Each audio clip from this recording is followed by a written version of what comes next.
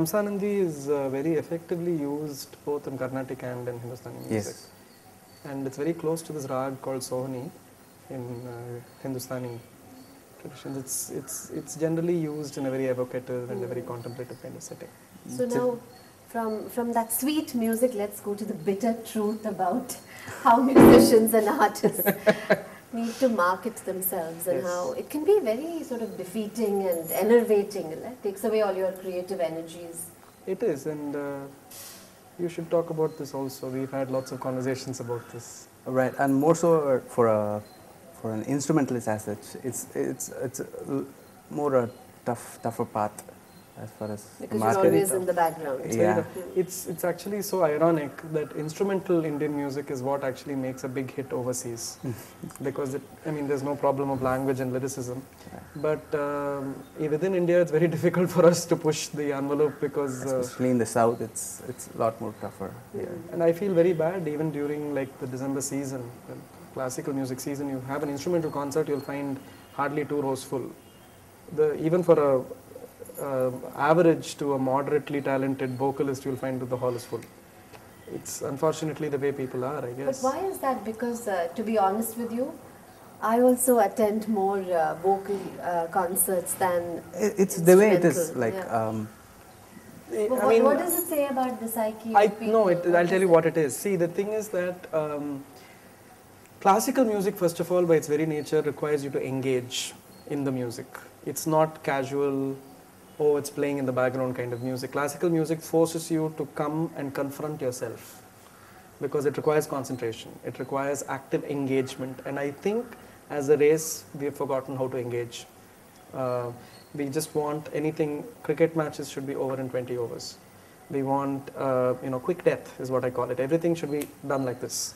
And you call somebody, you want a solution, you want it done in 5 minutes. You don't want it done in 3 weeks, which used to be the way we looked at things. So classical music is also is trying its best to keep a pace with it. And so you have 4.5 hour concerts, which are now come down to 2 hour concerts, which are now coming down to 40-minute concerts, and so on. And and in fact, somebody was telling me a jingle is 30 seconds, and in 30 seconds it has to capture your attention. That's how much our attention span. 15-second cuts and 10-second cuts.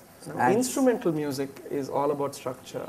It's all about actually, if you like how beautifully he was just playing, if this was going on for about an hour, it requires you to actually become involved with the raga and become very contemplative, and most of us are very scared to contemplate now. Because if we start contemplating, we'll realize how terrible we all have become and we don't want to do it. Whereas with vocal music, the lyrics keep you sufficiently entertained. And I would say that vocal music has a mixture of both the entertainment as well as the enlightenment section of it. And with instrumental music, unless it resorts to tricks, like bringing in, percussive sort of gimmicks in between and so on, it's very difficult to keep the audience entertained. It forces you to become very contemplative and engage. And I think that sociologically, socio-physiologically has become very difficult for us to do. And that, I think, is the reason. But that's because I have a way of theorizing everything and not everybody would agree with me. And of course, vocal means it has an extra dimension of words. And as an instrumentalist, we lack. And I won't say we lack. I think what happens is that with vocal music, the words themselves tell you a story. But that also, I've started to question, because how many people really understand Telugu lyrics or Sanskrit lyrics or even Sentiment lyrics when they're listening to it. In fact, many of the vocalists themselves make mistakes with the words. So, I don't think it's that so much as I'm saying. There is a certain entertainment angle to it because, as I said, some of the words and, some of the things people will know. So if you sing a Kurai Undrumile, everybody knows that and they're able to relate to it. Whereas the same thing done instrumentally requires you to focus on the melodic structure, which not everybody will be able to do. So I think that is the problem, which is why I think percussion finds very easy takers, because percussion is very intrinsic to, pulse. Our nadi itself is percussion, it's rhythm. So rhythm is very intrinsic in a deep, visceral, physiological sense to the human mind and the body.